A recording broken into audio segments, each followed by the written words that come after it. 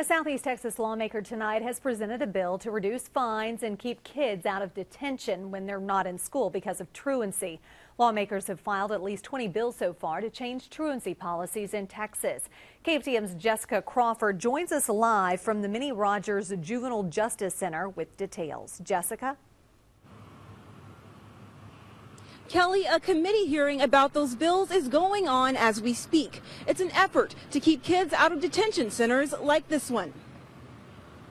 But this is the breeze, KSAB 96.9 FM. Tom Gillam is Justice of the Peace in Port Arthur's Precinct 8. You want to be a part of this conversation today, please give us a phone call. He wears a lot of hats. Recently, he spoke on a radio program about truancy. It's a problem, but we're attacking the problem in a way that we're getting some good results.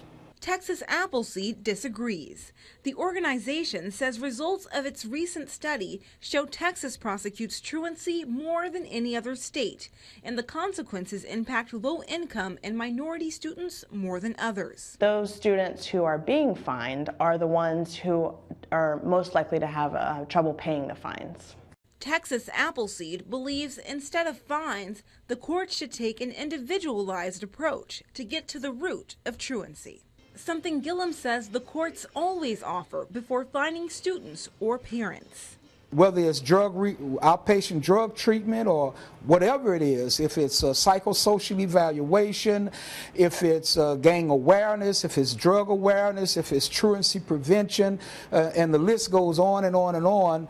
Many options, according to Gillam, but Texas Appleseed says parents don't always have the resources or the time to take advantage of them. We see in a lot of these cases that parents want their children to go to school. They are trying to get their children to attend school regularly, and yet there are obstacles and barriers in their life that are preventing regular school attendance. In the end, Gillam says instilling a love of learning in a child is not something legislation can do alone. It's the ideology that is in place. You don't wait till your child gets 13, 14 years old and then want to raise your child. You start that as a baby.